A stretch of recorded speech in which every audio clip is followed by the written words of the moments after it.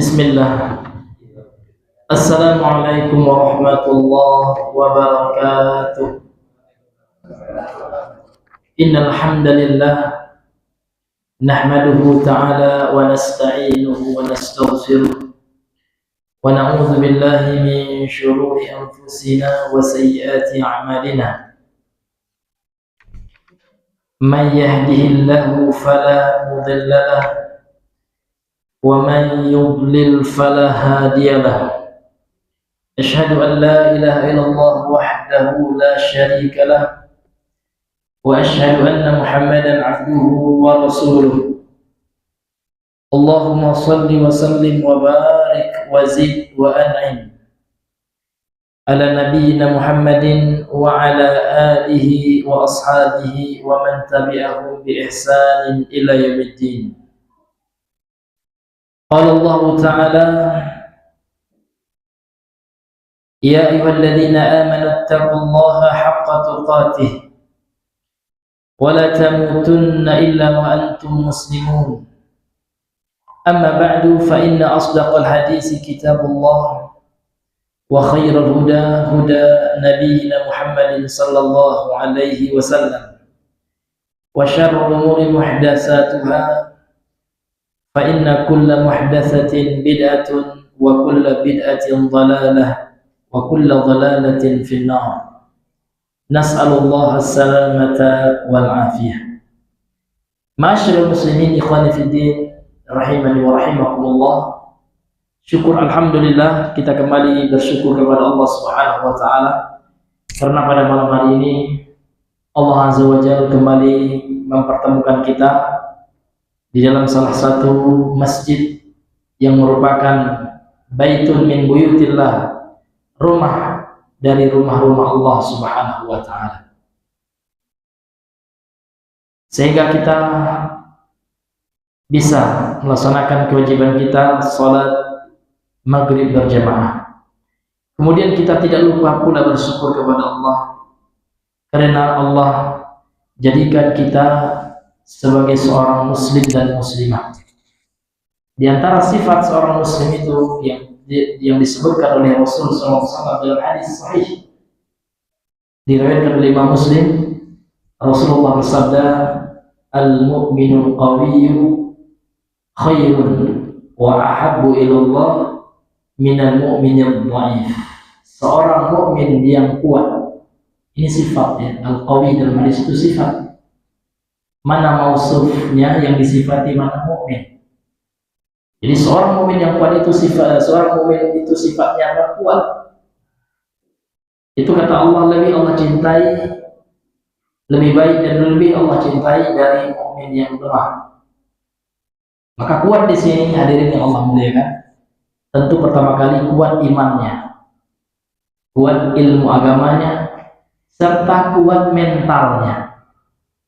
Di mana tahu kita bahwasanya seorang mukmin itu harus memiliki sifat kuat mental, Pak? Karena dari doa Nabi. Jadi ada doa, ini doa sebagian ulama menganjurkan dibaca pada zikir pagi petang doa. Apa doanya, Pak? Allahumma inni a'udzubika minal hammi wal hazan. Ya Allah, aku berlindung kepada Engkau dari kegelisahan, galau. Tidak boleh galau ini.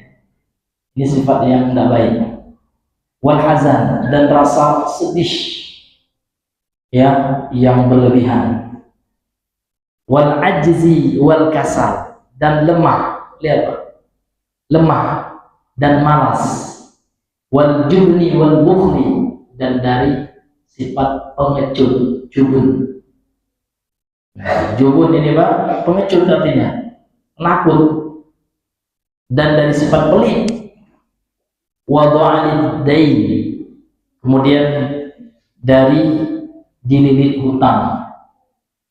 Nah, ini kita harus berlindung kepada Allah dengan ini supaya Allah kasih kita duit buat bayar hutang ya.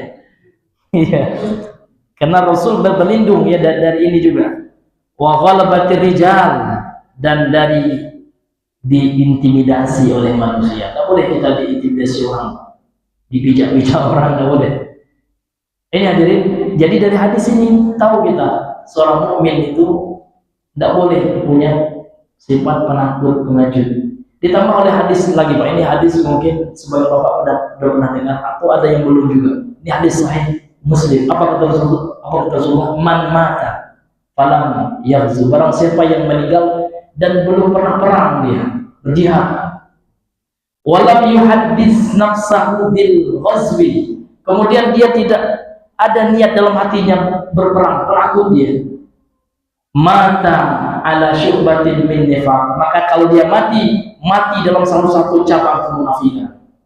Jadi orang yang tidak ada dalam hatinya, kalau perang harus ada syarat-syarat jihad yang syar'i. Tapi kalau kita seandainya tidak ada kondisi perang, maka harus kita tanamkan ada keinginan kita harus berjihad di jalan Allah. Nah, kalau orang penakut, ya dikit-dikit takut, ya. Ini kalau dia mati, kata Rasul, mati dalam sifat kemunafikan. Na'udzubillah, ini haram mulutnya. Makanya diantara salah satu dosa besar itu Pak, lari dari medan perang, daripada jihad. Maka Rasul mengatakan apa? Walladzi nafsi biyadihi, demi jiwaku di tangan Allah, dalam genggaman Allah. Lauditu an uqtala fi sabilillah, demi zatku di dalam genggaman tangan Allah, aku sangat ingin terbunuh di jalan Allah. Kata Nabi ingin mati di jalan Allah, tapi qadarullah, Allah takdirkan beliau sakit, ya kan. Thumma uhya, kemudian aku dibangkitkan. Thumma uqtal, kemudian aku terbunuh lagi, mati lagi. Thumma uhya, thumma uqtal, 3 kali. Nabi mengatakan, kalau orang tahu pahala jihad mati syahid itu, kata Rasul, ingin aku ini, Nabi saja pribadi, ya, ingin kalau seandainya yang mati di jalan Allah, kemudian Allah bangkitkan lagi, kalau bisa, kan tidak ada ya, ini namanya atamani, pengandaian, kalau semisalnya gitu. Kalau dihidupkan lagi, Nabi ingin mati lagi di jalan Allah. Jadi jihad ini Pak sebenarnya adalah ibadah yang mulia, namun terkotori oleh orang Khawarij, sehingga gambaran jihad menjadi jelek gitu. Padahal jihad ini ibadah yang mulia. Ya. Kalaulah tidak karena para mujahid, ya, maka tidak akan ada semangat untuk memerdekakan tanah air ini. Sehingga para mujahid kita ditulis oleh Imam Hamka, Buya Hamka, dalam kitabnya Dari Perbendaharaan Lama. Jadi beliau menulis buku judulnya Dari Perbendaharaan Lama. Salah satu framing orang Belanda untuk melemahkan jihadnya, ya, Tuanku Imam Bonjol, dengan diberikan atau disematkan gelar Wahabi. Jadi Wahabi itu kata menurut Imam Bonjol, ya, di Indonesia pertama kali digaungkan oleh orang Belanda. Disematkan kepada siapa? Kepada para tentara Qadariyah, pengikutnya, muridnya Tuanku Imam Bonjol. Maka beliau bisa Bapak baca, ya, di download bukunya bisa, ya. Maka yang membuat Wahabi pertama itu orang Belanda. Nah, kemudian juga kalau di Saudi, orang-orang yang ngakunya keturunan Nabi, dari Sayyid, diantaranya Sayyid Zaini Dahlan, yang banyak memfitnah dakwahnya Syekh Muhammad bin Abdul Wahab. Dibuatnya buku judulnya Fitnatul Wahabiyah. Dituduhnya Syekh Muhammad bin Abdul Wahab dan muridnya ketika melihat orang mau azan, Innallaha wa dipancungnya langsung, ini dusta, kebohongan, tidak pernah Syekh Muhammad bin Abdul Wahab dituduh. Bahkan yang paling keji tuduhan Zaini Dahlan ini, apa katanya? Muhammad bin Abdul Wahab mengaku menjadi Nabi ke-26. Tuduhan keji. Dan ternyata itu terbukti karena dia ini Pak, sejarah membuktikan rombongan ini terpengaruh oleh Inggris, ya. Karena waktu itu Pak, sebelum dikuasai oleh Saud, Al-Saud, ya, maka orang-orang yang mengaku keturunan Nabi ini sempat, orang sufi-sufi ini sempat dulu menguasai, ya, sementara waktu, ya, menguasai Jazirah Arab, termasuk Najd, ya, Hijaz. Karena mereka kemudian mereka kerjasama dengan orang kafir, tapi mereka putar balikan fakta dituduhnya ya Syekh Abdul Wahab yang kerjasama dengan employer dan orang-orang Britania ketika itu. Tapi ternyata itu tuduhan dusta. Karena sepanjang sejarah Sufi lah yang menghambat perlawanan pejuang. Contoh di Aceh. Di Aceh luar biasa jihad di situ. Ya, Tengku Umar dan yang lainnya itu punya semua jihad yang luar biasa. Maka kata Belanda ini tidak bisa ya. Untuk melemahkan jihad orang Aceh, dikirimlah seorang yang belajar Islam, orang kafir, pura-pura Islam, namanya Asnaf orangnya. Apa yang diajarkan oleh Asnaf orangnya itu? Sufi, ajaran tarikat, ajaran tasawuf, yang mengajarkan tidak boleh kita jihad itu hanya orang nafsu. Ya, kita nggak boleh berperang. Na'udzubillahi min dzalik. Ini hadirin yang Allah muliakan. Ya, padahal kalau kita lihat sejarah, ya, orang-orang yang pejuang itu Pak, mereka adalah para mujahid. Ya. Karena mereka tahu keutamaan mati di jalan Allah. Dan ini berlaku sampai hari kiamat. Jihad itu akan dalam akidah Ahlussunnah disebutkan oleh Imam Ahmad dalam Sunnah al-Jihadu baqin ila qiyamis saah. Jihad itu akan senantiasa ada sampai hari kiamat. Tentu jihad yang benar. Bukan jihad membunuh orang Islam, itu jihad Khawarij. Membunuh Ali bin Abi Thalib, memberontak kepada pemerintah yang sah, membunuh kaum Sunda. Jihad yang benar itu adalah kita memerangi kafir har dia berkata qatilul musyrikina kafah kama yuqatilunahum kafah. Jadi Ahlussunnah itu Pak ya sangat senang dengan jihad, tapi jihad yang benar, bukan jihad yang sembarangan. Karena jihad itu ada dua Pak ya. Dalam fikih jihad kita mempertahankan diri, namanya jihad difa ya. Kalau serangan masuk musuh ke negeri kita, ini ya tidak butuh lagi izin dengan orang tua dan pemerintah kalau musuh telah masuk ke negeri kita. Tapi kalau kita mengekspansi ya, kita keluar ya, itu namanya jihad tolak, maka mesti wajib meminta izin kepada orang tua terlebih dahulu, kemudian kepada pemerintah ya, yang sah. Jadi kalau pemerintah kita yang mengizinkan kita ya untuk jihad ke Palestina, itu syar'i Pak ya, ikut. Kalau kita mati insya Allah ya dapat surga. Atau pemerintah kita ya mengizinkan kita untuk jihad melawan Buah, pemberontak di Papua, itu ya itu dapat, itu syar'i jihadnya. Ini hadirin yang Allah muliakan. Maka Islam itu Pak melarang keras ya jiwa-jiwa penakut. Maka dalam Islam itu tidak boleh seseorang menyerupai perempuan, karena perempuan itu Pak jihadnya bukan berperang. Ibunda Aisyah dalam hadis sahih bertanya kepada Rasulullah, hal ala nisa'i jihadun, apakah ada jihad bagi perempuan? Na'am, alaihinna jihadun, iya, perempuan juga jihad. Walakin jihadahunna al-hajj wal umrah, akan tetapi jihadnya perempuan itu adalah haji dan umrah. Jadi perempuan tidak ada la qital lillah qital fi, jihadnya tidak ada dalam bentuk perang, namun jihadnya dalam bentuk haji dan umrah.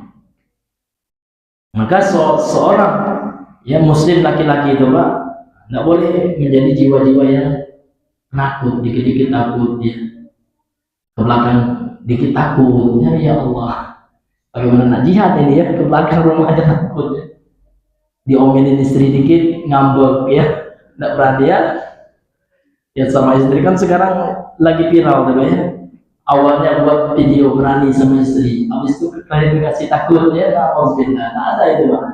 Itu sangat melemahkan muruah seorang laki-laki. Masa takut istri, bagaimana nak melawan orang di sini belajar minta ampun cepat sama istri juga takut, tak ngomong poligami tidak berani lagi ya.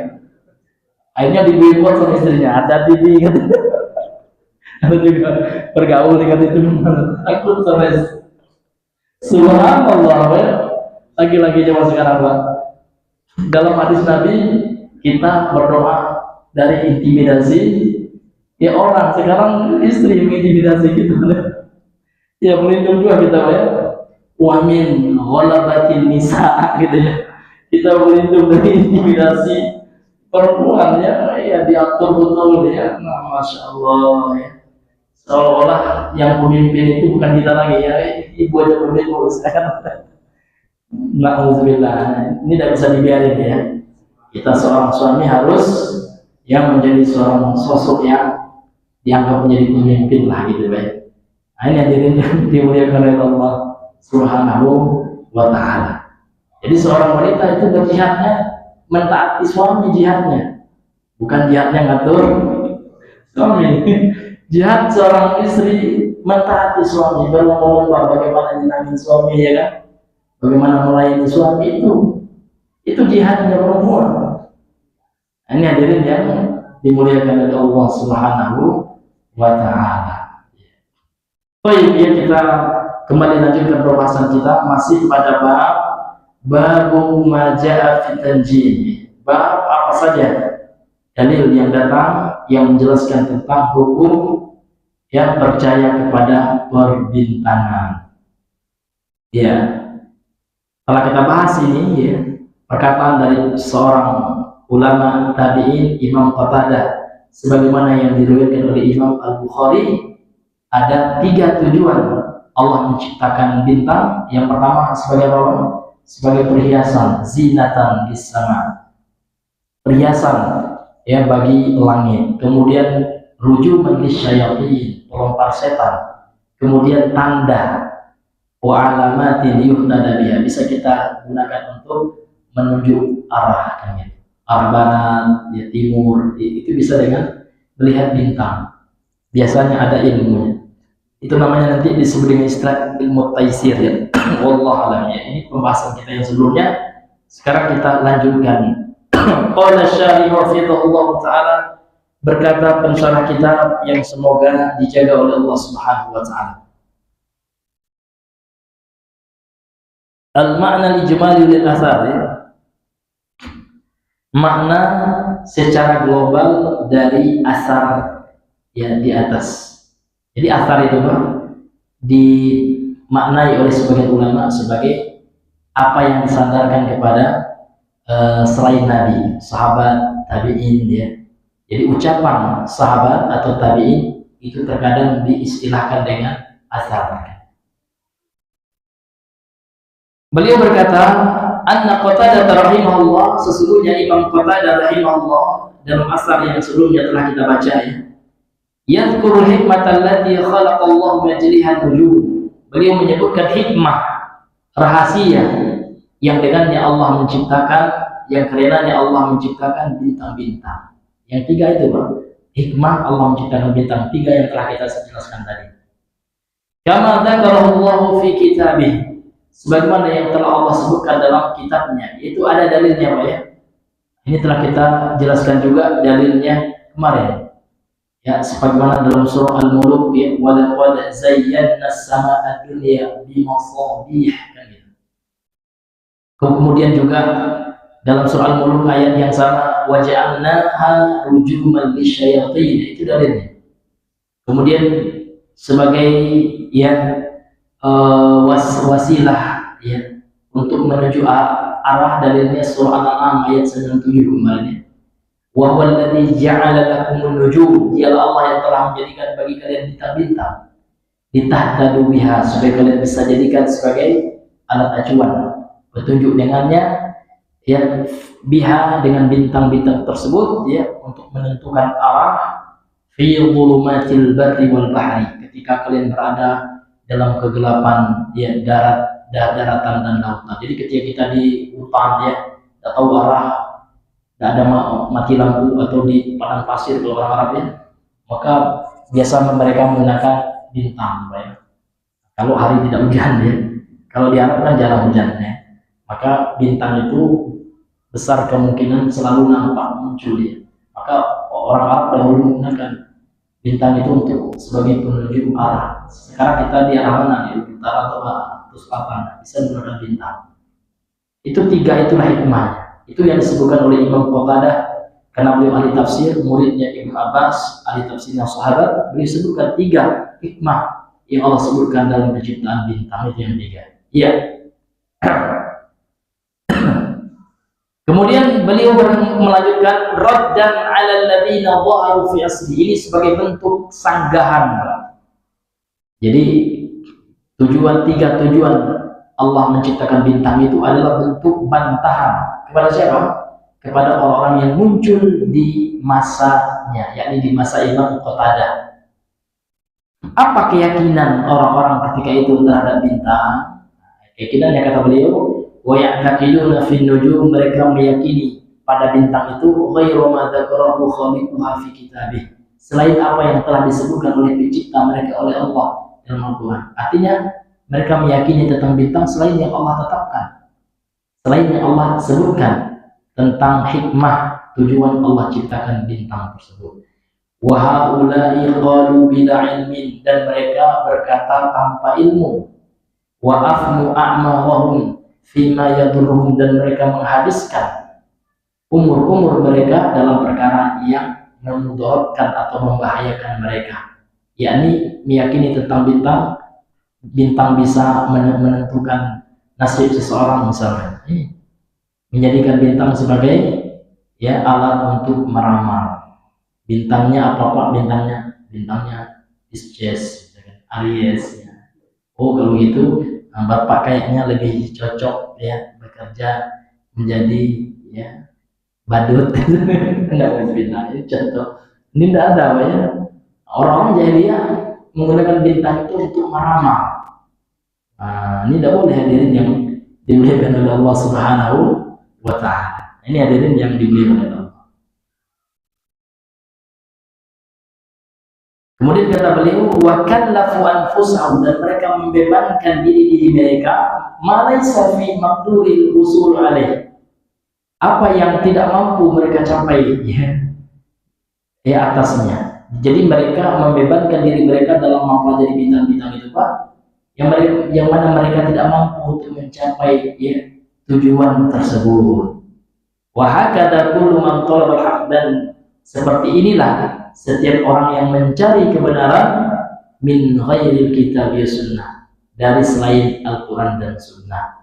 Jadi orang yang mencari kebenaran Bapak Ibu selain Al-Quran dan Sunnah, secara khusus terhadap perkara-perkara agama yang telah ditetapkan oleh Allah. Kalau masalah bintang itu Allah telah tetapkan dalam Al-Quran, artinya tidak boleh lagi kita keluar dari ketetapan yang telah ditetapkan oleh Allah Subhanahu wa ta'ala. Kalau sekarang orang menggunakan ilmu perbintangan untuk menentukan arah kiblat, boleh, karena ini dikiaskan kepada surah Al-An'am ayat 97 itu, bahwasanya boleh untuk menunjuk arah, boleh. Tapi kalau digunakan untuk selain 3 itu, tujuan yang 3 disebutkan dalam Al-Quran, maka ini sama dengan orang yang mencari kebenaran selain dengan Al-Quran dan Sunnah, maka dia tidak akan mencapainya. Kemudian beliau berkata di sini, munasabatul asar lil bab, apa korelasi asar ini, asar Imam Qatadah ini terhadap bab yang kita bahas. Bab yang kita bahas tentang apa? Tentang babu majaa fi tanjim, tentang perbintangan. Jadi apa korelasinya? Tentu jelas kata beliau, anna fihi, sesungguhnya di dalam asar ini dan dalam ucapan dari Imam Qatadah ini, bayan dan hikmati, terdapat penjelasan hikmah fi khalqin nujum, dalam penciptaan bintang. Jadi ada 3 hikmahnya telah kita sebutkan tadi. Kama dzakarahu fi kitabih, sebagaimana yang telah Allah sebutkan hikmah-hikmah tersebut dalam kitabnya Al-Quran. Wa radda 'ala man za'ama, dan ini asar ini juga bentuk bantahan terhadap siapa saja yang mengklaim, yang mengaku fin nujumi hikmatan, dalam penciptaan bintang itu ada hikmah, tukhalifu ma dzakarahu Allah fiha, yang menyelisihi apa yang Allah sebutkan tentang hikmah tersebut. Jadi hikmahnya ada 3 saja yang Allah sebutkan. Jadi kalau ada orang yang mengatakan ada hikmah, tujuan lain dari penciptaan bintang selain yang telah Allah sebutkan dalam Al-Quran, maka ini ucapan Imam Qatadah bantahan terhadap itu. Maka tidak boleh keluar dari tiga itu. Kalau seandainya menggantungkan nasib nanti kepada bintang ini termasuk perbuatan kesyirikan dan termasuk pekerjaan tukang sihir dan paranormal. Nah, ini hadirin yang Allah muliakan. Kemudian ma yustafadu minal athar, apa istifadah atau pelajaran yang bisa kita petik dari asar Imam Qatadah ini. Di sini ya, dalam kitab Al-Mulakhas ini ada 4 Bapak Ibu. Yang pertama, yang pertama bayanul hikmati fi khalqin nujum, penjelasan hikmah atau tujuan dalam penciptaan bintang-bintang. Kama dalla alaihi al-Quran, sebagaimana yang telah ditujukan oleh Al-Quran. Ada 3 ya. Zinatan lis-sama, rujuman lisyayatin. Kemudian yang ketiga ya, alamat sebagai penunjuk arah, alamatin alal jihad, sebagai penunjuk jihad itu arah. Ini Bapak Ibu yang Allah muliakan. Selain yang 3 ini Pak, tidak ada ya, hanya 3 inilah tujuan Allah menciptakan bintang. Kemudian yang kedua, aradu ala man za'ama anna nujuma khuliqat li hikmatin ghairu ma dzakarallahu fiha. Asar ini ya, pelajaran yang bisa kita ambil dari asar ini adalah bantahan atas siapa saja yang menganggap sesungguhnya bintang diciptakan untuk hikmah atau tujuan lain selain apa yang telah Allah sebutkan di dalamnya. Jadi kalau ada tujuan lain tidak betul itu ya, karena telah menyelisih Al-Quran. Kemudian yang ketiga, annahu yajibur ruju'u ila kitabillahi li bayanil haqqi minal batil. Sesungguhnya ya, wajib hukumnya Pak, kembali kepada Al-Quran ya, dalam penjelasan kebenaran ya, dalam menjelaskan kebenaran dari kebatilan. Untuk membedakan antara hak dan batil itu wajib ya, barometernya adalah Al-Quran. Jadi kapan kita mengatakan itu benar? Kalau sesuai dengan Al-Quran. Makanya Allah mengatakan fa'in tanaza'tum fi syai'in farudduhu ila Allahi wa rasulih. Kalau kalian bersesi pendapat terhadap suatu perkara ya, maka kembalikan kepada Allah dan Rasul. Kepada Allah itu artinya apa? Ya, kembalikan barometernya, standar kebenaran itu dan kebatilan itu kepada Al-Quran. Kemudian kepada hadis. Ini hadirin yang Allah muliakan. Jadi wajib kita berhukum dengan apa yang Allah turunkan. Kalau tidak, apa kata Allah? Faman lam yahkum bima anzalallah. Ada 3 Pak. Faulaika humul kafirun. Dalam ayat yang berikutnya faulaika humul zalimun. Kemudian berikutnya faulaika humul fasiqun. Ada 3. Ada 3 ya. Ada 3 kelompok manusia yang tidak berhukum dengan Allah. Bisa mereka menjadi kafir kalau mereka menentang hukum Allah itu. Mereka menganggap hukum Allah itu remeh, samalah kayak hukum KUHP katanya, buatan manusia sanggup ya. Itu bahaya kalau orangnya alim. Tapi kalau dia bodoh, itu dia dikasih tahu dulu atau kena syubhat ya kan gitu.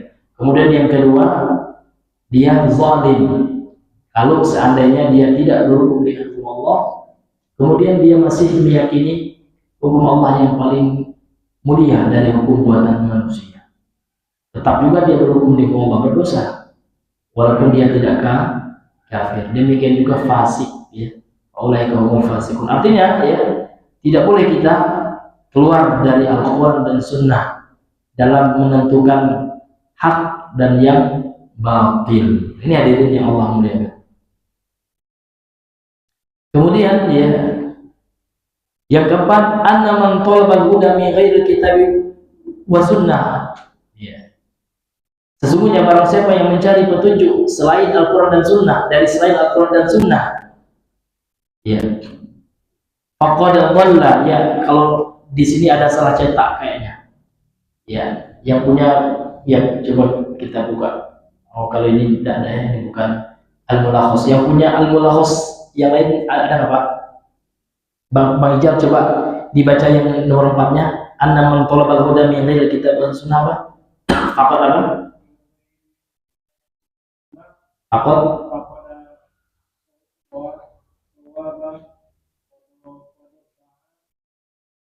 Iya, ini faqad sawaba itu kurang tepat. Karena artinya sungguh dia telah benar. Nah, mungkin benar ya. Ini artinya barang siapa yang mencari petunjuk dari selain Al-Quran dan Sunnah, nggak mungkin faktor sawaba ya. Sawab artinya benar, maka sungguh dia itu benar. Mungkin ya. Iya, faktor apa? Hah? Iya, kalau itu betul watoya'a waktahu, dia telah menyia-nyiakan waktunya artinya. Ya, watakallafa, dan sungguh dia telah membebankan di dirinya mala qudratahu, yang dia tidak punya kuasa atasnya. Ya, dia tidak punya kudrat atau kuasa, kemampuan ya. Fil wusuli ilaihi, dalam mencapai kepadanya, dalam mencapainya. Artinya dalam mencapai apa yang dia inginkan gitu ya. Kalau dia mencarinya, ya, mencari sesuatu selain dari Al-Quran dan Sunnah, hidayah ya, maka dia tidak akan mampu mencapainya, itu maksudnya. Tapi di sini ya saya agak ininya Pak, ini fakot sawaba ini ya, sawab itu kan artinya benar ya. Sawab itu lawan dari khata ya. Kalau khata'un salah, sawab ya. Kalau di sini mungkin salah cetak ya. Kalau dikatakan faqad akhta'a itu betul ya. Maka sungguh dia telah salah gitu. Ya, kalau di buku apa bagaimana? Shawab ya. Nah, shawab kurang tepat ya. Faqad shawab ya. Iya. Shawab artinya apa? Bisa lihat di kamusnya, shawab artinya benar ya. Ngomong benar ya, karena dia mencari ya petunjuk ya, dari selain Al-Quran ya. Nah, ya. Kalau di terjemahan di situ apa? Hah? Telah apa? Iya. Apa? Dia telah kehilangan ya. Ya. Kalau kehilangan dia itu bahasanya fata. Faqad fatahul haq. Ya. Faqad fatahu al-haq. Kalau shawab dada, wallahu a'lam bishawab. Shawab itu artinya benar ya. Ini kayaknya salah cetak ini. Ya. Iya, ini kayaknya enggak betul ya. Ini maknanya salah. Salah cetak ini mungkin ya. 6. Iya. Jadi ini ya beberapa pelajaran ya yang bisa kita ambil ya dari asar di atas. Kemudian dari yang diberikan oleh Allah suruh masuk isyarat belum? Ya, kemudian kita masuk kepada dalil yang berikutnya. Qala al-musannif rahimahullahu taala, berkata penulis yang semoga dirahmati oleh Allah Subhanahu wa taala, wa kariha Qatadatu ta'alluma manazil al-qamar wa lam yurakhis fihi ibn Uyainah dzakarahu Harbun anhuma wa rakhasa fi ta'allum al-manazil Ahmad wa Ishaq. Dan telah ya menganggap makruh, dibenci gitu ya, Imam Qatadah mempelajari ya kedudukan bulan atau manazil. Manazil jamak dari manzilah. Manzilah itu kalau kita terjemahkan bisa tingkatan-tingkatannya, manzilah, kedudukan. Kemudian ya walam yurakhis fihi Ibnu Uyainah, Imam Ibnu Uyainah tidak memberikan rukhsah ya, artinya beliau juga menganggap itu makruh. Zakar Harbun anhuma, Imam Harbun di sini namanya Harbun Al-Kirmani ya. Beliau ya salah satu murid ya yang terkenal dari Imam Ahmad. Ya. Beliau punya kitab akidah yang dipelajari Pak ya di pondok-pondok Ahlussunnah ya. tentang ijma' wa ahli sunnah ya. Ada kitab ijma' beliau ya, tentang masalah akidah, ijma' ahli sunnah tentang masalah akidah seperti ahli sunnah ijma' Allah di atas arasy, ahli sunnah ijma' Allah mempunyai tangan yang berbeda dengan tangan makhluknya. Nah, itu bagus sekali ya. Kita kalau ada waktu kita baca, kita pelajari, itu bagus sekali. Tipis saja kitabnya ya. Kitabnya murid Imam Ahmad, dan beliau menukilkan akidah persis apa yang telah beliau pelajari dari gurunya Imam Ahmad bin Hanbal. Imam Ahmad bin Hanbal mempelajari akidah dari siapa? Dari gurunya. Siapa gurunya? Imam Syafi'i. Imam Syafi'i mengambil akidah dari siapa? Dari gurunya Imam Malik. Imam Malik mengambil akidah dari siapa? Imam Nafi. Imam Nafi dari siapa? Ibnu Umar. Abdullah bin Umar dari ayahnya Umar dan langsung dari Nabi SAW. Jadi akidah Ahlussunnah itu ada silsilahnya, tidak seperti akidah Sufi. Silsilahnya kemana? Ya, ujung-ujungnya kepada Aristoteles, Plato. Itu akidah filsafat itu, Pak. Ya, ahli kalam itu filsafat, teori logika. Dari filsafat itu sanad akidah mereka, yang mana mereka sangat mengumumkan sanad. Dari mana sanadnya tahlilannya itu?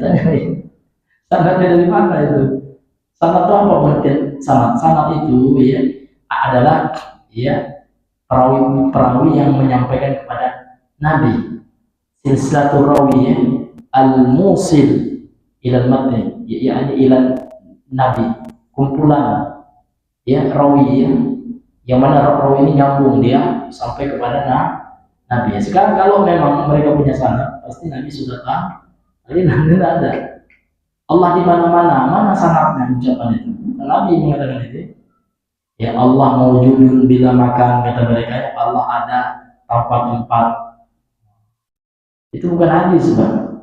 Ya, itu ucapan ahlul kalam, ahli filsafat yang mereka anggap sebagai akidah yang bersama, ya. Maka kita bilang pret gitu ya. Tidak ada seperti itu akidah Ahlussunnah wal Jamaah. Ini hadirin yang dimuliakan oleh Allah. Akidah Ahlussunnah wal Jamaah punya sanad ya, langsung dia punya matan, punya mata rantai yang sampai kepada Nabi sallallahu alaihi wasallam. Ini hadirin yang dimuliakan oleh Allah Subhanahu wa taala. Maka Pak ya, bagus dibaca ya buku ya bahasa Indonesia udah ada ya, buku Ustaz Firanda ya, Syarah Aqidah Wasithiyah, yang menjelaskan tentang kaitan akidah Asy'ariyah dan Sufiyah dengan filsafat. Ada benang merah yang menghubungkan akidah itu, karena banyak di antara mereka mengklaim itu akidah Ahlussunnah, padahal ternyata ya itu akidah diambil dari orang-orang filsafat. Ini hadirin yang dimuliakan oleh Allah Subhanahu wa taala. Maka kita hati-hati, Pak. Banyak orang yang mengklaim sebagai akidah Ahlussunnah wal Jamaah, namun ternyata adalah akidah filsafat. Kalau Ahlussunnah ini dituduhnya ini Wahabi ya. Padahal buku akidah kita tidak semua atau tidak semuanya buku-buku Syekh Muhammad bin Wahab. Bahkan akidah yang diambil dari Syekh Muhammad bin Wahab ini Pak, dari siapa? Dari salaf. Ya, bukunya Imam Ahmad itu referensi kita. Ada Ushul Sunnah Imam Ahmad. Ya. Kemudian Syarh Sunnah. Syarh Sunnah itu banyak sekali yang menulisnya. Ada Imam Barbahari, ada juga Imam Al-Muzani. Ini akidah Sunnah. Imam Al-Muzani ini siapa? Muridnya, murid senior Imam Syafi'i. Ketika Imam Syafi'i pindah ke Mesir, beliau orang Mesir. Nah, ini buku-buku Ahlussunnah. Buku Ahlussunnah itu Pak, buku salaf semua. Buku-buku memang generasi ya Imam 4 mazhab. Nah, ini hadirin yang Allah muliakan. Bapak Ibu yang dimuliakan, kembali kita kepada pembahasan kita. Wa rakhasa fi ta'allum manazil, kemudian dalam mempelajari ilmu manazil ini, ilmu manzilah bintang, kedudukan bintang, Imam Ahmad dan Imam Ishaq Ar-Rahawiyah ya, Ada yang mengatakan Rohuyah, membaca ada Rohawai, ada dua memang cara bacanya, Ishaq bin Rohuyah, ada Ishaq bin Rohawi. Nah, dua ulama ini ya, Imam Ahmad dan Imam Ishaq ini memberi rukhsah, artinya membolehkan dalam mempelajari ilmu tentang perbulanan. Ini qamar ini bulan ya, tentang kedudukan bulan. Baik ya. Kemudian at-tarajim, ya tarajim jamak dari tarjamah, artinya biografi para ulama yang disebutkan dalam asar ini. Yang pertama Ibnu Uyainah. Siapa Ibnu Uyainah? Sufyan Ibnu Uyainah. Dia adalah Imam Sufyan bin Uyainah. Sufyan ini ada dua ya, dua-duanya ulama. Sufyan Ats-Tsauri dengan Sufyan Ibnu Uyainah.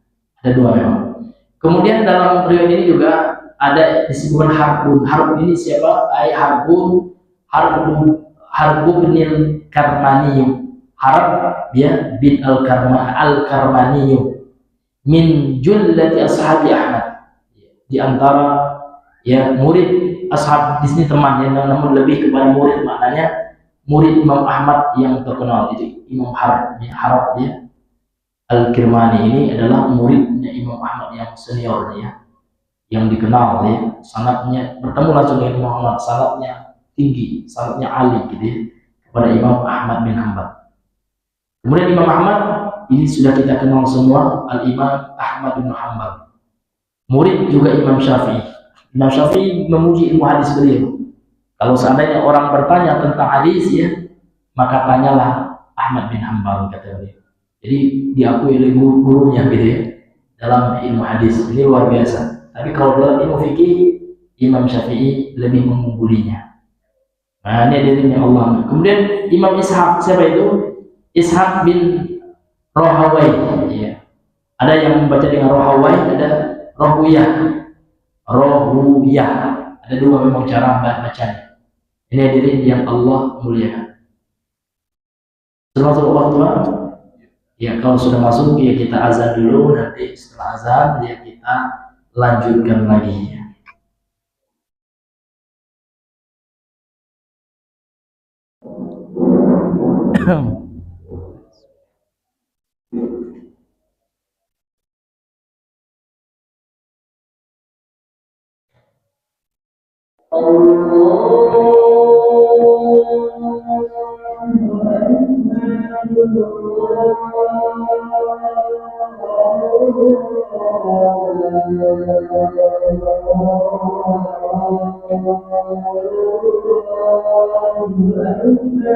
Allahu Akbar,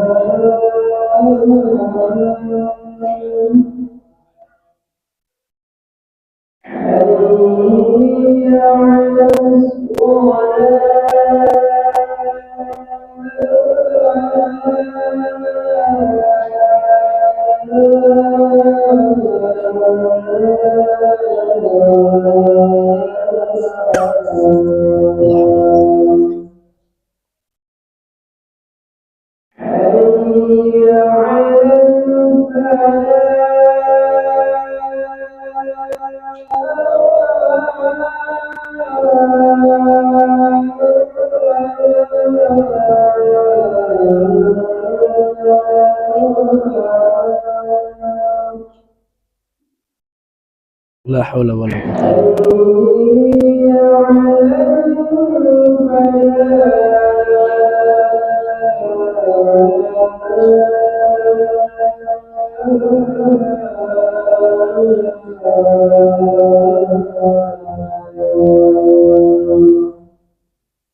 La haula wala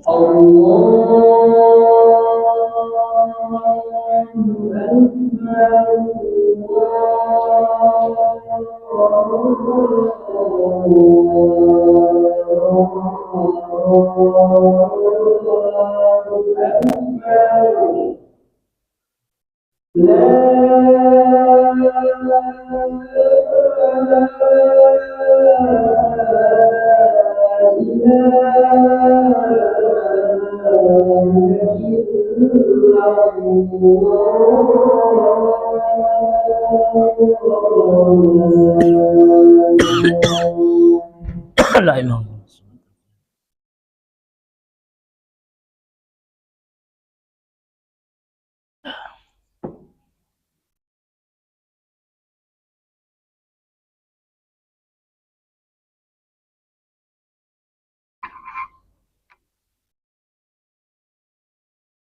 Ya, kita kembali melanjutkan.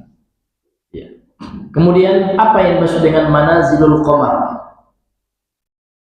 Kan di sini di asar ini dikatakan bahwasanya Imam Qatadah menganggap makruh, dibenci mempelajari manazilul qamar. Imam Ibnu Uyainah tidak memberikan rukhsah dalam mempelajarinya. Apa yang dimaksud dengan manazilul qamar? Ya, ay yanzilul qamar fi kulli lailatin manzilatan minha. Ya, yaitu ya yang mana bulan ya turun fi kulli lailatin pada setiap malam manzilatan minha, satu ya satu tangga gitu ya, satu kedudukan. Wahya 28 manzilatan. Kemudian bulan itu punya 28 manzilah, tingkatan. Jadi setiap malam turun, Pak, turun gitu. Wa ma'rifatu hadza, dan mempelajari atau mengenal tentang hal itu tusamma bi'ilmi taysir, dinamai dengan ilmu taysir, ilmu yang memudahkan manusia, yang juga tujuannya adalah untuk menunjuk arah juga dengan bulan juga, Pak. Ini namanya ilmu taysir, untuk memudahkan manusia. Yang dilarang ilmu taksir. Taksir itu meyakini ada pengaruhnya benda-benda langit itu, pengaruh terhadap nasib seseorang, ini syirik. Tapi kalau ilmu taysir ini diperbolehkan. Kemudian kata beliau, wa al-gharadu min hadha siyaq bayanu khilafil ulama fi hukmi ta'allumi manazilil qamar, manazilal qamari alladhi huwa ilmu taysir. Tujuan dari pemaparan ini ya adalah penjelasan perbedaan pendapat di kalangan para ulama tentang hukum mempelajari kedudukan bulan, yang mana dia adalah disebut dengan ilmu taysir, ilmu yang memudahkan manusia. Alladhi al-gharadu minhu, yang mana tujuan darinya al-istidlalu bihi alal qiblah, untuk dijadikan dalil ya arah kiblat. Jadi untuk memudahkan kaum muslimin mengetahui arah kiblat, ini boleh. Au awqatis salawat, atau menentukan waktu-waktu sholat. Jadi sholat subuh ya, berapa sekarang, jam 5 misalnya. Ini pakai ilmu ini, Pak, ilmu taysir ini yang menggunakan manazil al-qamar, tentang kedudukan bulan. Ada ilmunya memang, tapi saya nggak paham juga bagaimana rumusnya gitu. Ada rumusnya, baik, dipelajari oleh orang-orang yang belajar ilmu falak atau ilmu astronomi itu ya. Jadi kalau ilmu falak digunakan untuk itu boleh, Pak. Maka salah ada orang kalau seperti itu. Kalau kalian tidak menggunakan ilmu falak, katakan untuk menentukan satu Ramadan, tidak usah lagi kalian pakai jam-jam ini. Ya kita tidak ada melarang jam ini, tidak ada larangan dari ulama.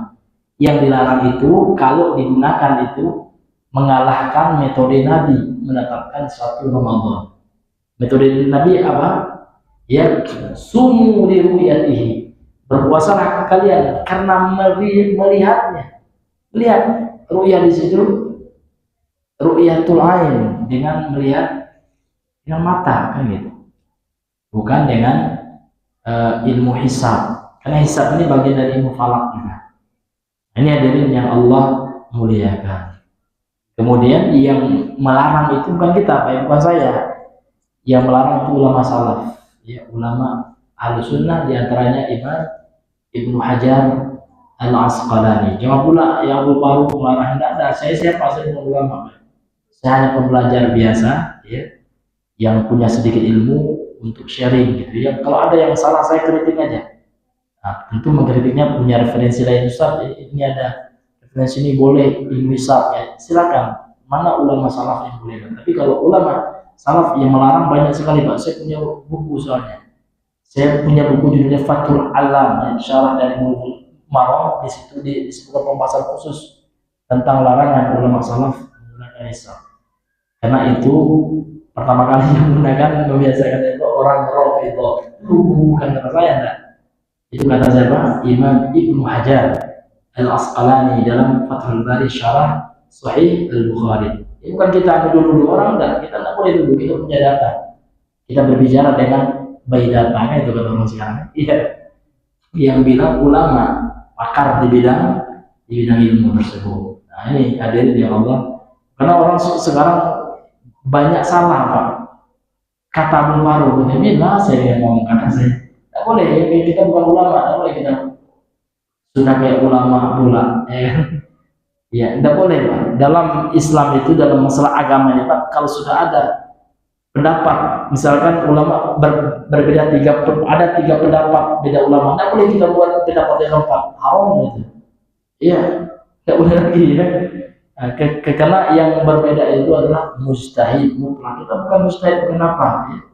Kita hanya pembelajar kemarin sore, tidak boleh kita udah kayak mujtahid, tidak boleh, ya. Karena agama ini ketat tadi. Karena salah-salah ngomong kita berbicara, ya, tentang Allah tanpa ilmu, ini bahaya sekali, dosanya dosa besar, ya. Ini hadirin yang dimuliakan oleh Allah Subhanahu wa Ta'ala. Dan para ulama Ahlussunnah, mereka selalu mengembalikan perkataan pendapat mereka kepada ulama salaf, ya. Itu ciri dari ulama Ahlussunnah wal Jamaah. Jadi mereka tidak buat kata-kata, ya. Mereka sandarkan semuanya kepada, ya, para a'immah. Dan para a'immah ini pun menukil dari ulama sebelumnya sampailah kepada Nabi sallallahu alaihi wasallam. Begitulah, ya, akidah Ahlussunnah wal Jamaah dan manhaj mereka tersebut. Ini Bapak Ibu yang Allah muliakan. Kemudian apalagi fungsi daripada ilmu taisir itu, Pak? Wa ma'rifatil fusul, untuk mengetahui tentang, ya, musim. Fusul di sini bukan maknanya kelas, bukan, ya. Faslun, jawaban fasul, fusul di sini maksudnya adalah musim. Musim semi, ya kan? Musim panas, shaif, ya. Musim dingin, syita, ya, ini. Itu dengan ilmu taisir ini. Fa idza kana hadha ikhtilafuhum fi hadha an-naw' alladhi la mahdura fihi hasman lil madah li'alla yatawassalu ila al-mamnu'i, fama baluka biman'ihim min ta'allumi 'ilmi at-ta'sir alladhi huwa dhalalun wa khata'un. Kemudian kata beliau, apabila kalau dilihat dahulu, inilah perbedaan pendapat para ulama tentang ilmu taisir ini, ulama beda pendapat, ya, pada jenis ini. Yang mana jenis ini la mahdhura fihi, tidak dilarang, gitu, ya.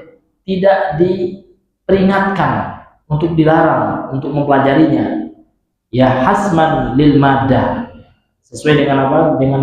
Dengan substansi yang dipelajari dalam ilmu itu. Untuk apa? Ya, untuk menentukan arah kiblat, ya kan? Untuk apa lagi? Waktu sholat, untuk menentukan musim, gitu, ya. Ini tidak terlarang. Ya, namun itu saja ulama berbeda pendapat. dalam hal ini saja Pak, ya Imam Qatadah mengatakan dibenci, makruh. Kemudian Imam Ibnu Uyainah tidak memberi rukhsah, artinya dilarang menurut beliau. Sementara Imam yang lain, Imam Ahmad, membolehkan.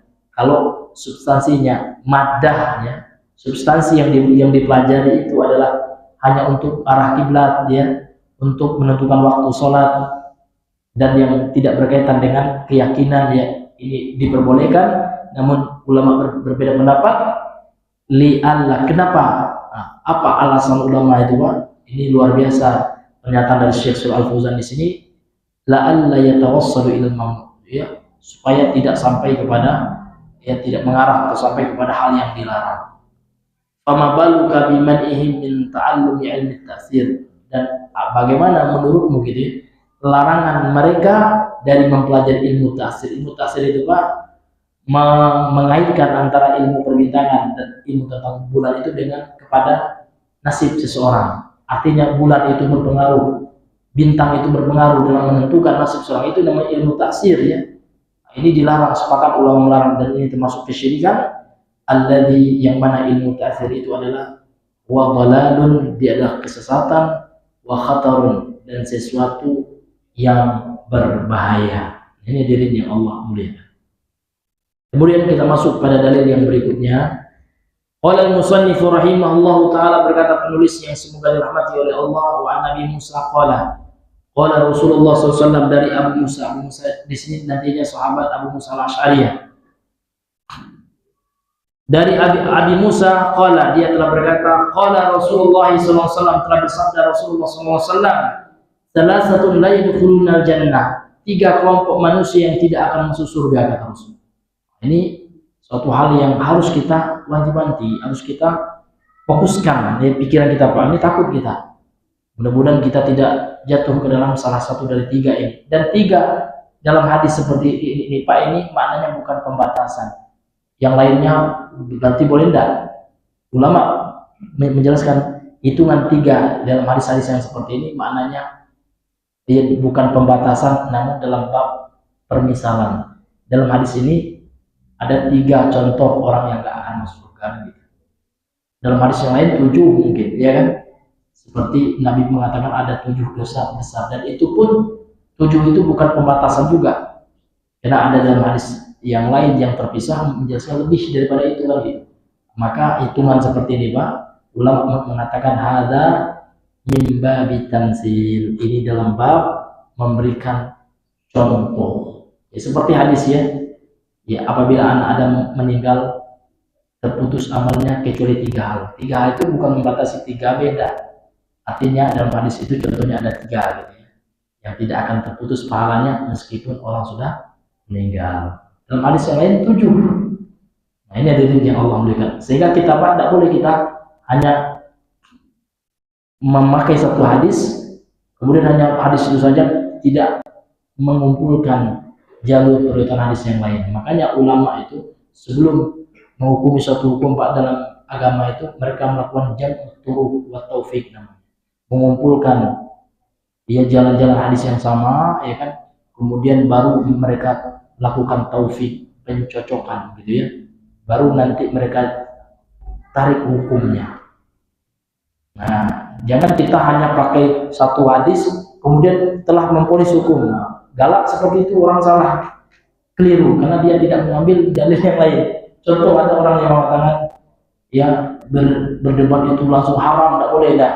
Ada hadisnya Nabi mengatakan ana zaimun, ya, bi baitin fil jannah, aku, ya, menjamin, kata Rasul, 1 rumah di surga, liman tarakal mira wa in kana muhiqqan.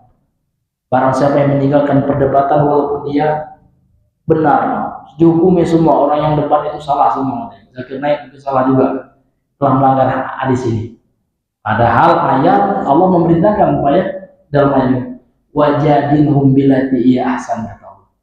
Dan berdebatlah, ini fil amr itu jadil, itu dari jadala yujadilu, jadil Allah makan perintahkan kepada Nabi Muhammad, dan debatlah mereka ahlul kitab itu, namun dengan cara yang baik, tidak dengan memaki-maki, ya kan? Nah, ya kan, tidak dengan mencaci sembahan mereka, kan, gitu. Tuhan mereka. Artinya kok seperti bertentangan? Tidak bertentangan, karena dalam hadis itu kan miro, lihat Nabi mengatakan dalam hadis itu iman torokal miro itu apa artinya kan gitu. Kita kembalikan ke dalam bahasa Arab. Miro itu artinya adalah debat kusir. Dicontohkan oleh Imam Ibnu Utsaimin ya ketika mensyarah hadis itu, ada dua orang berdebat ya. Kalau menurut saya jalan ke masjid yang terdekat adalah lewat jalan A ini. Kata yang sekunda, menurut saya ya kan, jalan yang dekat ke masjid itu ya jalan B. Ada berdebat dia, enggak, ini yang dekatnya. Artinya debat kusir. Itu yang dilarang. Yang Nabi menjamin surga bagi yang meninggalkan debat itu.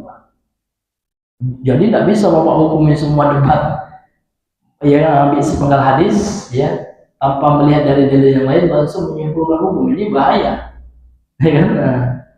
Berarti salah dan Ibnu Abbas pernah berdebat dengan Khawarij ya, akhirnya banyak di antara Khawarij itu yang kembali kepada Ahlus Sunnah. Tapi ada juga yang keras kepalanya, ada juga ya.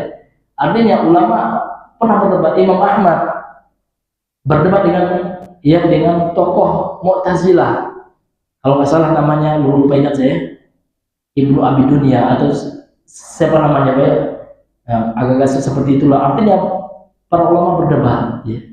Namun tentu debat itu ya harus ada syarat yang harus dipenuhi gitu ya. Berilmu dulu ya, kalau dari ilmu ya bahaya Pak ya. Kalau kita paksakan debat agama tanpa ilmu, ini tidak boleh ya. Akan tetapi ya kalau kita mampu meluruskan sepengetahuan kita gitu ya, ranah yang kita kuasai, boleh Pak.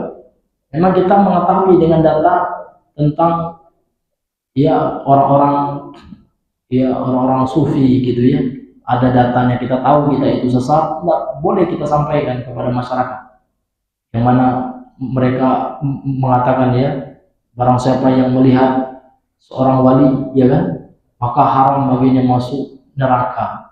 Ini hadis ini na'udzubillah, ini dikatakan oleh sufi itu. Sufi ini luar biasa, ini banyak pengikutnya Pak. Bahkan dia mengaku ketika dia ziarah kubur Nabi bergetar gini, katanya kubur Nabi.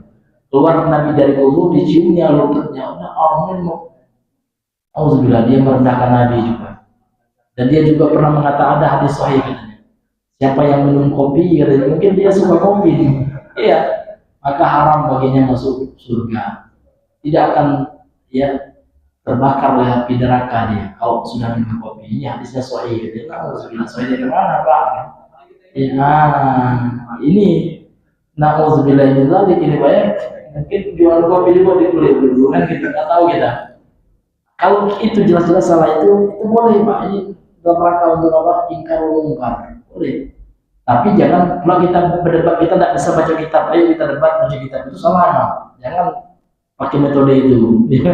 Tapi fokus kepada tema debat apa ya, tentang khurafat para tokoh sufi gitu, yang menyebar di medsos. Itu aja, batasi tema debatnya, boleh itu ya, karena yang debat itu kan orang yang suka medsos juga ya, suka nengok-nengok yang berkeliaran di medsos itu ya, di IG, di FB gitu ya.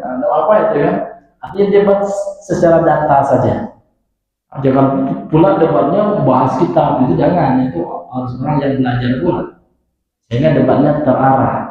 Kalau enggak Pak, ini debat kusir nanti, menjelek-jelekan nanti kan, mencari pembenaran kan gitu, menjatuhkan. Nah ini tentu itu yang dilarang. Jadi kalau debat untuk menolong kebenaran, menunjukkan kebatilan, itu tidak apa-apa ya. Tidak selalu yang dilarang. Jangan pula Pak ya kita ya ikut menyerang ikhwan kita.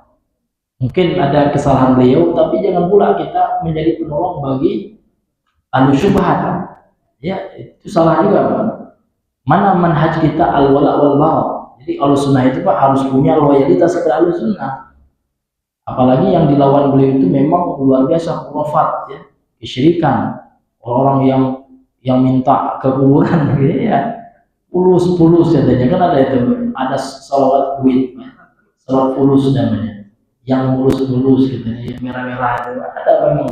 Alhamdulillah itu yang dibongkar oleh saudaranya itu kan bagus ya, supaya masyarakat awam yang baru hijrah bisa tahu dia mana yang mesti mereka ikuti ya. Artinya setelah hijrah nanti banyak jadi pula mereka pengamal ya sholat fulus. Ada Pak, kamu sebelah sampai ada sholat fulus namanya. Itu betul-betul menghina Nabi ya. Sholat itu kan ibadah. Nabi telah mengajarkan bagaimana cara bersolawat ke beliau. Ini buat sholat macam-macam. Ada sholawat neraka lah ya, sholawat apa nariyah. Nar itu neraka. Nauzubillah, macam-macam Pak yang dibuat oleh manusia. Iya, seolah ya sholawat yang diajar Nabi itu nggak laku lagi. Itu dibela itu Pak oleh tokoh-tokoh khurafat itu. Seseorang yang mondoknya ya punya betul, mereka punya modal baca kitab ya, tapi dengan akidah yang tidak benar ya, mereka akan berupaya untuk mencari dalih ya, mencari alasan-alasan yang untuk membenarkan kebatilan mereka. Maka Ahlussunnah ya harus wala ya kepada Ahlussunnah. Tidak boleh kita ikut juga membuli saudara kita ya kan, yang boleh jadi ya beliau telah dicatat pahala oleh Allah ya karena berusaha meluruskan dari penyimpangan akidah itu. Banyak juga ya di kolom komentar beliau itu orang-orang yang sadar ya Allah selama ini saya salah, ini khurafat ini. Karena postingan beliau orang kembali kepada jalan Ahlussunnah wal Jamaah. Ini ada juga sebagian yang senang dengan untuk membuli saudaranya. Itu kesalahan. Di mana letak al-wala wal bara sebagai Ahlussunnah wal Jamaah. Ini tidak benar juga seperti itu. Kalau ingin menasihati ya dinasihati juga dengan ya, empat mata kan gitu. Itu adab ya seorang muslim menasihati ya saudaranya. Ini hadirin yang Allah muliakan. Ya kembali kita kepada hadis yang kita bahas ini. Dia ada 3 golongan manusia yang tidak akan masuk surga. Yang pertama kata Rasul, mudminul khamr, pecandu khamr. Kemudian yang kedua, waqati'ur rahim, pemutus silaturahim, tali persaudaraan. Kemudian yang ketiga, musaddiqun bisihri, orang yang percaya kepada sihir. Nah, ini percaya kepada sihir ini maksudnya apa? Ini harus kita jelaskan tadi. Orang yang mempercayai bahwasanya sihir itu benar gitu. Maksud benar itu apa Pak? Dia yakin dengan metode-metode sihir, dia tidak mendustakan sihir. Kita dalam satu sisi ada nggak sihir? Ada memang. Itu bukan berarti kita percaya dengan sihir, gitu ya. Kita meyakini ada ya realitanya sihir itu. Tapi kita tidak boleh meyakini ya sihir itu adalah metode yang bagus ya. Boleh kita menyihir orang lain ya, boleh kita menyantet orang. Itu tidak bisa dibenarkan ya, itu haram, itu syirik ya. Karena sihir itu sendiri adalah bagian dari kesyirikan, praktek sihir itu.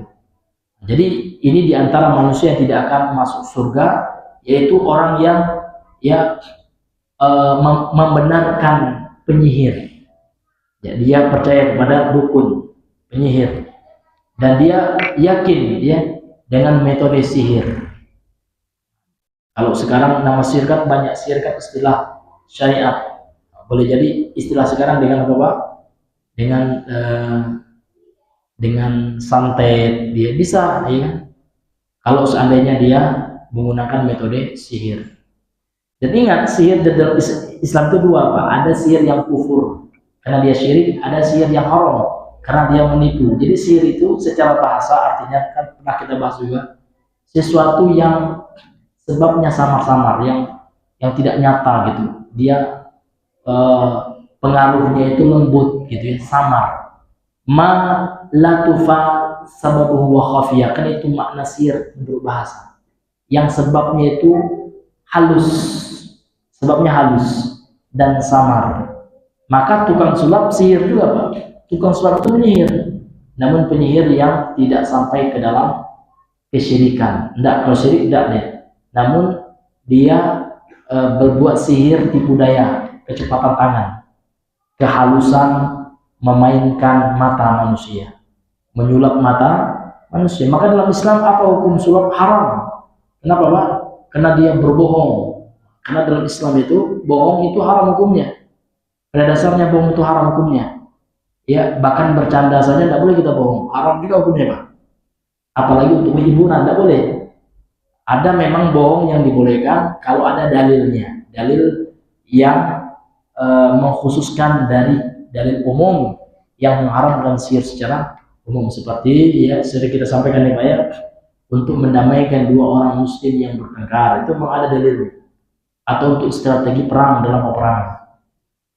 Kemudian yang ketiga ya untuk ya mengambil hati istri, ini memang ada dalilnya Pak ya, untuk ya menyenangkan istri. Nah, tapi jangan pula digunakan ini untuk apa ya? Untuk metode nambah lagi ya.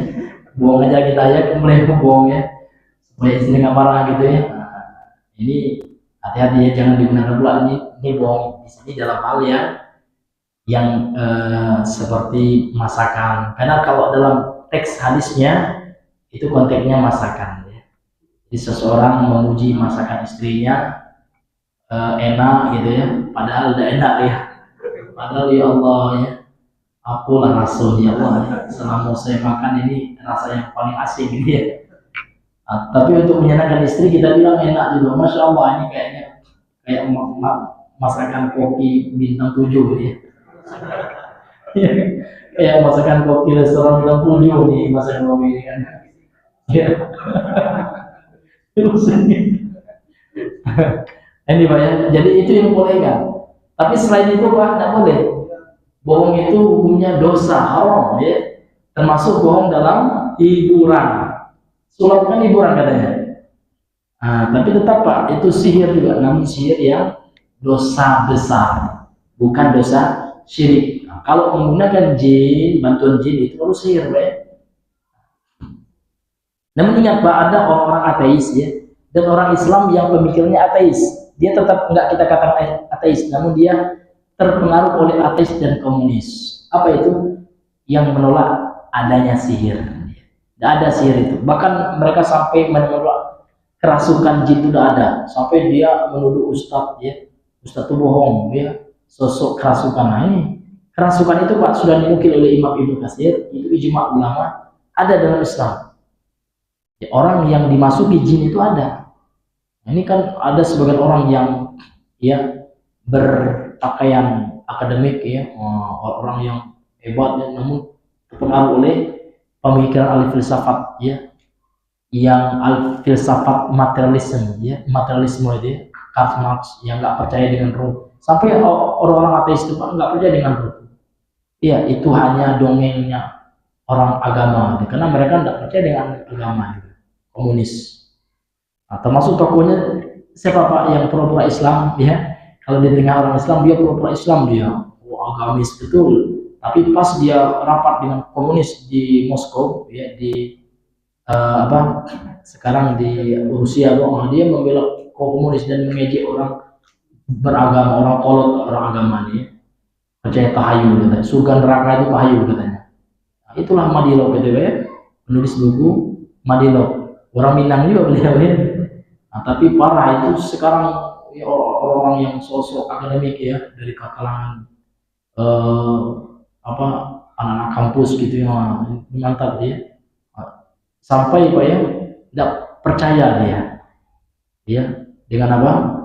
Dengan agama itu ujung-ujungnya itu tidak percaya dengan roh, dengan malaikat, tidak percaya lagi, kan tidak bisa dibuktikan dengan empiris katanya. Tidak ada jurnal yang menunjukkan ada malaikat. Ya jurnal itu apa? Jurnal itu kan penelitian yang sifatnya materi ya kan? Karena mereka tidak percaya dengan sesuatu yang non materi. Ujung-ujungnya percaya dua sama Tuhan nanti kan gitu ya. Nauzubillahi min dzalik, itu orang komunis ya. Ini hadirin yang Allah muliakan, kita berhati-hati ya dengan pemikiran ini. Mereka sudah punya klub sekarang Pak. Karena saya pernah membaca dikit ya apa yang mereka bahas di klub-klub mereka itu, namanya Malaka Project. Karena mereka sangat ini dengan Tan Malaka ya, yang komunis itu ya, na'udzubillah. Ini hadirin yang dimuliakan oleh Allah Subhanahu wa taala. Ada tokohnya itu Pak, ya antara kalangan pemuda itu ya. Nah, itu hati-hati karena mereka itu ya liberal. Banyaknya kalau saya lihat mengarahnya kepada liberal juga. Mereka itu ngakunya Islam gitu ya, tapi tidak meyakini Islam itu secara utuh ya. Hanya secara ritual saja mungkin ya. Kemudian banyak yang mereka tidak percaya daripada usul, fondasi dari Islam ini, seperti percaya kepada hal gaib. Karena orang-orang ateis itu Pak, orang-orang yang terpengaruh oleh filsafat materialis itu susah untuk percaya kepada sesuatu yang non materi gitu. Nah, maka nggak percaya mereka dengan ruh ya. Mana ruh itu apa gitu. Mereka akan nanti kembali kepada pakar-pakar psikolog ya. Ruh itu adalah ini yang mereka definisikan dengan kalau bahasa Minangnya salamak pari mereka gitu ya. Iya. Nah, yang mereka anggap itu wah, orang pakar kan gitu. Tapi pakarnya orang-orang yang anti agama. Itu yang mereka ambil rujukan. Sehingga mereka akan merendahkan para ulama. Orang yang ahli Islam ya, yang percaya kepada ruh, mereka anggap dia percaya kepada tahayul. Nah, ini tentu kesesatan yang nyata pula yang harus kita waspadai dari hal yang seperti itu hadirin yang Allah. Kemudian Bapak Ibu, hadis ini sahih ya. Ya, rawahu Ahmad wa Ibnu Hibban fi sahih. Hadis ini telah diriwayatkan oleh Imam Ahmad dalam musnadnya, kemudian Imam Ibnu Hibban dalam sahihnya. Jadi Imam Ibnu Hibban ini Pak punya Sahih Ibnu Hibban namanya, kitab hadis yang beliau anggap itu kitab hadis yang sahih gitu ya. Walaupun nanti ada yang dhaif dalam Sahih Ibnu Hibban ini ya. Kalau yang ini insyaallah ini ya, ini hadis yang sahih. Insyaallah taala wallahu taala alam bisawab. Karena waktu banyak mungkin kita cukupkan dulu sampai di sini ya, matan hadis ini. Insyaallah pada pertemuan yang berikutnya kalau Allah mengizinkan kita lanjutkan ya syarah daripada matan hadis ini. Allahu taala a'lam bisawab. Subhanakallahumma bihamdika asyhadu an la ilaha illa anta astaghfiruka wa atubu ilaik. Assalamualaikum warahmatullahi wabarakatuh.